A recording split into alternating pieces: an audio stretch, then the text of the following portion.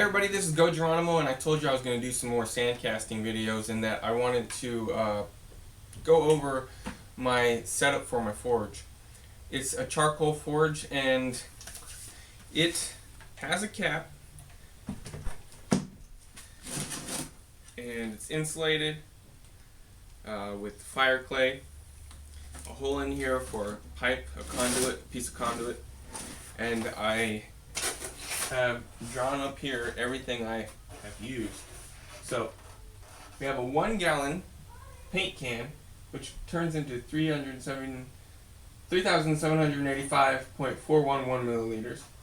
We have a 300 milliliter stainless steel beaker, 200 milliliter stainless steel beaker.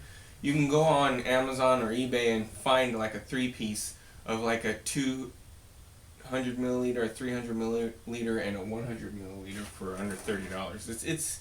It's not the cheap way, but I am showing you the way I decided because the other ways I've done have not come out so well, and this one has.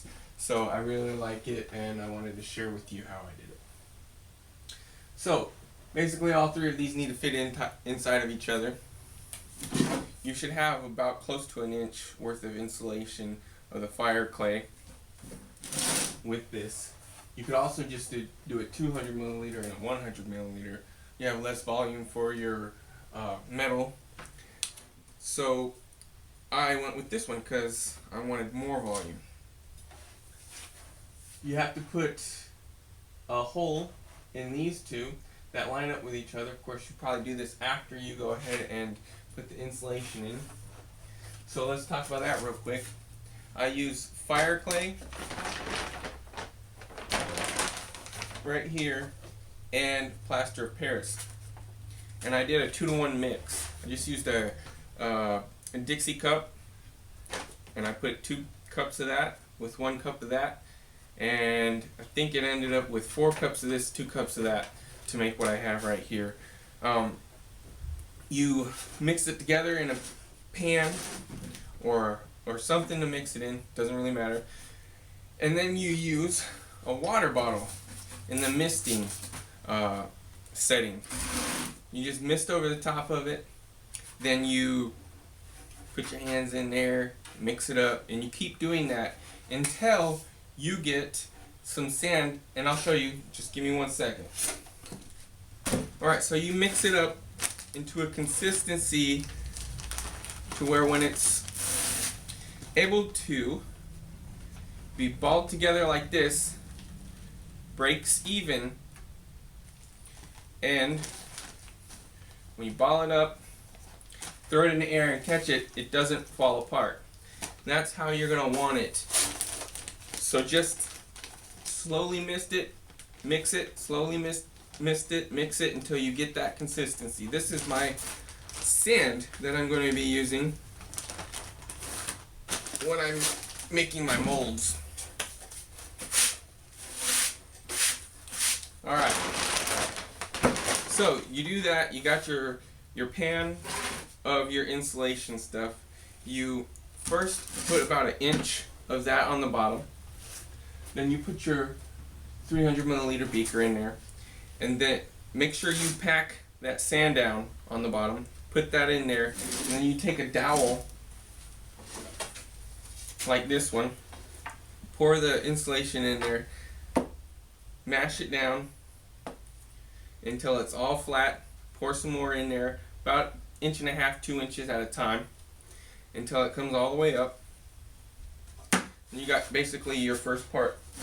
You take a drill. I took a 1/2 inch drill bit because that's the one that fits, the largest one that still fits into my handheld drill. Drilled it through both.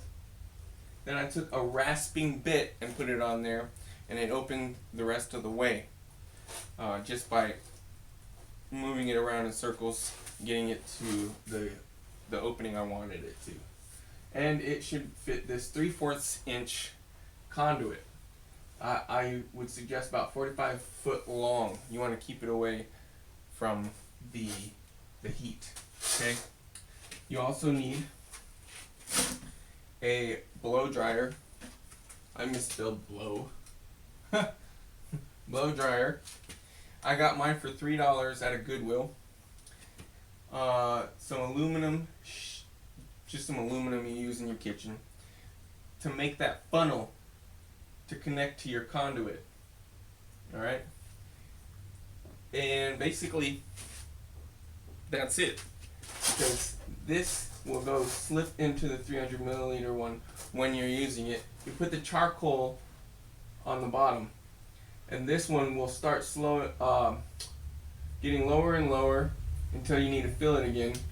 Then you just take it out, put some more charcoal in, and Bob's your uncle. There's my charcoal. I think it looks pretty accurate, right? Almost to size even. Anyways, this is my top.